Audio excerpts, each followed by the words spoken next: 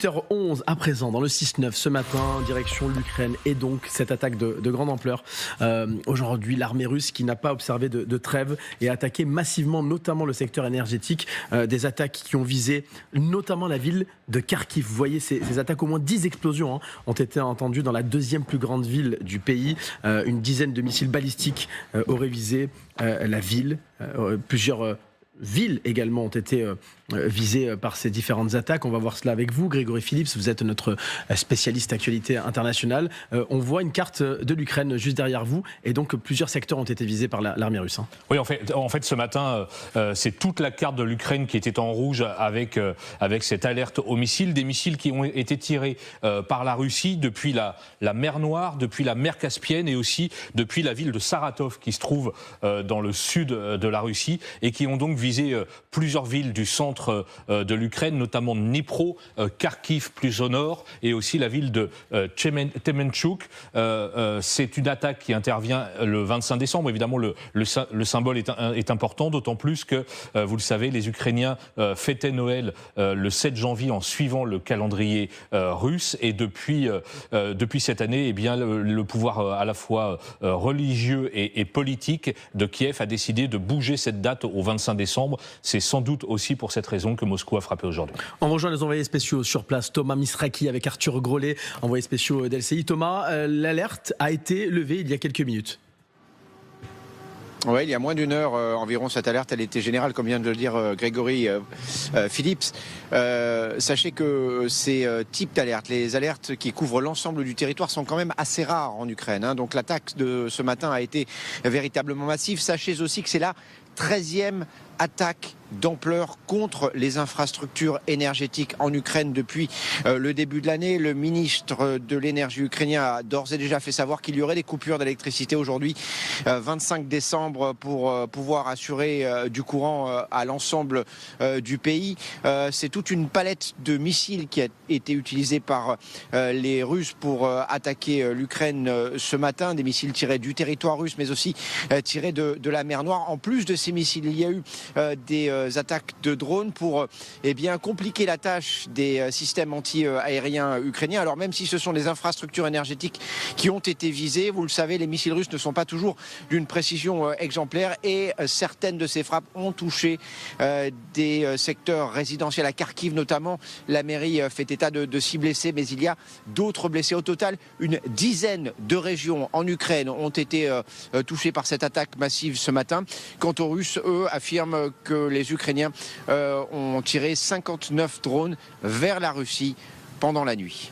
Thomas Misraki, vous restez avec nous. On revient vers vous dans un instant. 6 blessés, une dizaine de régions visées, des foyers également touchés, privés d'électricité. Pourquoi stratégiquement, c'est important pour les Russes de toucher le secteur énergétique de l'Ukraine? Écoutez, c'est toujours la même stratégie, c'est affaiblir au maximum le pays et notamment en visant ses infrastructures énergétiques. On est en plein hiver en Ukraine, ça veut dire des coupures d'électricité, plus de lumière. Vous imaginez, pour le moral de la population, il y a d'abord les frappes qui parfois tombent sur des immeubles résidentiels et là évidemment c'est un traumatisme total pour la population ukrainienne. Et puis pour ceux qui ne sont pas touchés directement, eh bien, vous avez le froid, le noir qui s'installe encore une fois en plein hiver. Donc ça atteint directement les capacités du pays, mais aussi le moral de cette population. On est bientôt à 3 ans de guerre. 3 ans de guerre pour les Ukrainiens qui quasi quotidiennement voient ces missiles ou ces drones s'abattre sur eux. Donc la stratégie, elle est toujours la même. Affaiblir le pays, mettre l'Ukraine à genoux, qui plus est avec la perspective de négociations, peut-être à partir du 20 janvier, à partir du moment où Trump sera à la Maison-Blanche. C'est ça la stratégie de Moscou, c'est affaiblir au maximum l'Ukraine et ses capacités. Et tout cela se passe dans un contexte où les Russes gagnent du terrain, notamment dans la région de Koursk. On se pose cette question ce matin. L'Ukraine doit-elle abandonner la ville russe de Koursk? Depuis le mois d'août, les Ukrainiens avaient tenté de manière audacieuse de récupérer des territoires aux Russes sur le sol russe, mais depuis quelques semaines, la Russie a accéléré les opérations sur le terrain notamment. Thomas Misraki, on est toujours avec vous. Les Nord-Coréens ont rejoint les troupes russes également. Les Ukrainiens perdent du terrain en ce moment, notamment donc dans cette région de Koursk. C'est très difficile. Alors, selon le commandant en chef des forces armées ukrainiennes, Kiev, pour l'instant, tient ses positions. Il faut bien le préciser, tient ses positions dans cette région russe de Koursk. Mais ce même chef, Alexander Syrski, parle de contre-offensive russe intense. Nous avons voulu vérifier ces propos et nous avons pu joindre un soldat qui est actuellement sur place à Koursk et qui combat face aux Russes, face aux Nord-Coréens.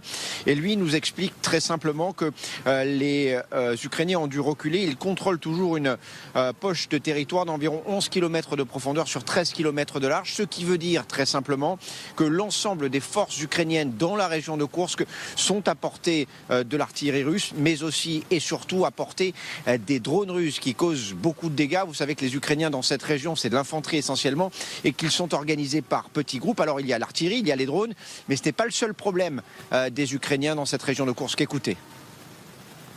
Il y a 3 ou 4 soldats ukrainiens par position. En face, ils subissent les assauts de 40 à 50 Nord-Coréens. Et généralement, ça fonctionne par vagues de 2 ou 3. Même si tu en repousses une ou 2, tu ne résistes pas longtemps. Ils prennent tout de suite ta position. Elle n'existe plus. On laisse les corps des nôtres sur place. Personne ne va les chercher. On remercie nos envoyés spéciaux sur place, Thomas Misraki, Arthur Grelet, merci à vous deux. On reste avec vous, Grégory Phillips, notamment sur l'armée nord-coréenne qui a donc rejoint les rangs russes. Alors, l'armée, les autorités sud-coréennes parlent sur le bilan des pertes et des blessés de 1100 hommes blessés ou morts sur le terrain. Volodymyr Zelensky, lui, parle de 3000 morts ou blessés. Bon, on ne sait pas encore évidemment quel est le chiffre exact. Ce qui est sûr, c'est que le Kremlin, la Corée du Nord, n'ont jamais officiellement communiqué sur l'arrivée des troupes nord-coréennes sur le territoire russe et notamment ukrainien aussi. Oui, non, ce qui est certain aussi, c'est qu'il y a un nombre important de Nord-Coréens qui combattent en ce moment dans cette oblast de Koursk avec des pertes variables selon la source que vous citez. Mais ce que décrit ce soldat que Thomas et Arthur ont pu interroger, c'est effectivement, pardonnez-moi l'expression, mais de la chair humaine envoyée face aux troupes ukrainiennes avec des soldats nord-coréens qui tombent par dizaines, par centaines. Et c'est le prix à payer par Poutine pour essayer de récupérer cette oblast de Koursk. Je rappelle quand même que depuis août, l'armée ukrainienne occupe une partie du territoire russe. Vous imaginez l'affront que c'est pour le dirigeant du Kremlin. Donc c'est pour ça notamment qu'il envoie ses soldats se faire tuer sur la ligne de front. Je voudrais juste rajouter un mot, Karim, et saluer à mon tour le travail de Arthur et Thomas. En ce jour de Noël, ils sont loin de chez eux, ils sont en Ukraine, ils font le boulot comme on dit. Guillaume Ptak, qui lui vit à Kiev, était dès l'aube avec nous en direct pour nous alerter sur ces frappes massives. Et voilà, nos collègues sont loin de chez eux en ce jour de Noël, ils sont pas avec leur famille, pas avec leurs enfants. Juste pour vous informer, je trouve que c'est bien de le souligner. Et vous avez bien raison, vous avez raison.